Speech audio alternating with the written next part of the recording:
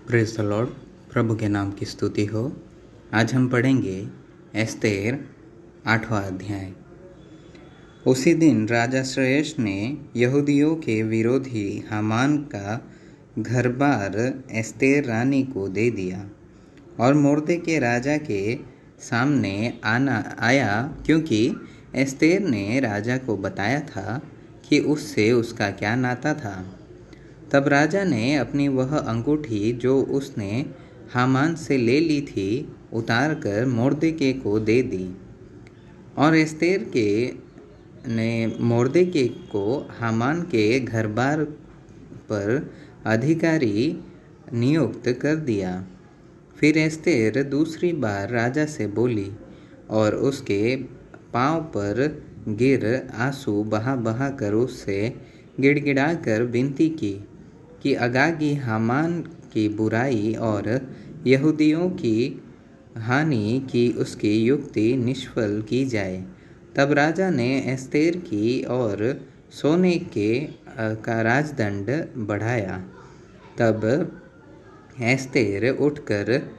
राजा के सामने खड़ी हुई और कहने लगी कि यदि राजा को स्वीकार हो और वह मुझसे प्रसन्न है और यह बात उसको ठीक जान पड़े और मैं भी उसको अच्छी लगती हूँ, तो जो चिट्ठियाँ हमदाता अगागी के पुत्र हामान ने राजा के सब प्रांतों के यहूदियों को नाश करने की युक्ति करके लिखाई थी, उनको पलटने के लिए लिखा जाए, क्योंकि मैं अपने जाति के लोगों पर पढ़ने वालों पर विपत्ति को किस रीति से देख सकूंगी, और मैं अपने भाइयों के विनाश को क्यों कर देख सकूंगी। तब राजा श्रेयस ने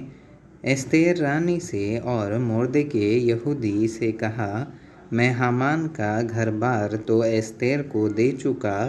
हूँ और वह फांसी के खंभे पर लटका दिया गया है, इसलिए कि उसने यहूदियों पर हाथ बढ़ाया था। सो तुम अपनी समझ के अनुसार राजा के नाम से यहूदियों के नाम पर लिखो और राजा की अंगूठी की छाप भी लगाओ, क्योंकि जो चिट्ठी राजा के नाम से लिखी जाए और उस पर उसकी अंगूठी की छाप लगाई जाए, उसको कोई भी पलट नहीं सकता। सो उसी समय अर्थात सिवान नाम तीसरे महीने के 23वें दिन को राजा के लेखक बुलवाए गए और जिस जिस बात की आज्ञा मोर्देके ने उन्हें दी थी उसे यहूदियों और अधिपतियों और हिंदुस्तान से लेकर कूश तक जो 127 प्रांत हैं, उन सबों के अधिपतियों और हाकिमों को एक एक प्रांत के अक्षरों में और एक एक देश के लोगों की भाषा में और यहूदियों को उनके अक्षरों और भाषा में लिखी गई। मोर्देके ने राजा श्रेयस के नाम से चिट्ठियाँ लिखाकर और उन पर राजा की अंगूठी की छाप लगाकर वेग चलने वाले सरकारी घोड़ों, खच्चरों और सांडनियों की डाक लगाकर हरकारों के हाथ भेज दी। इन चिट्ठियों में सब नगरों के यहूदियों को राजा की ओर से अनुमति दी गई कि वे इकट्ठे हो और अपना अपना प्राण बचाने के लिए तैयार होकर जिस जाति व प्रांत से लोग अन्याय करके उनको व उनकी स्त्रियों और बाल बच्चों को दुख देना चाहे, उनको विध्वंस घात और नाश करे और उनकी धन संपत्ति लूट ले। और यह राजा श्रेयस के सब प्रांतों में एक ही दिन में दिया जाए, अर्थात अदार नाम 12वें महीने के 13वें दिन को। इस आज्ञा के लेख की नकलें समस्त प्रांतों में सब देशों के लोगों के पास खुली हुई भेजी गई, ताकि यहूदी उस दिन अपने शत्रुओं से पलटा लेने को तैयार रहे। सो हरकारे वेग चलने वाले सरकारी घोड़ों पर सवार होकर राजा की आज्ञा से फुर्ती करके जल्दी चले गए और यह आज्ञा शूशन राजगढ़ में दी गई थी। तब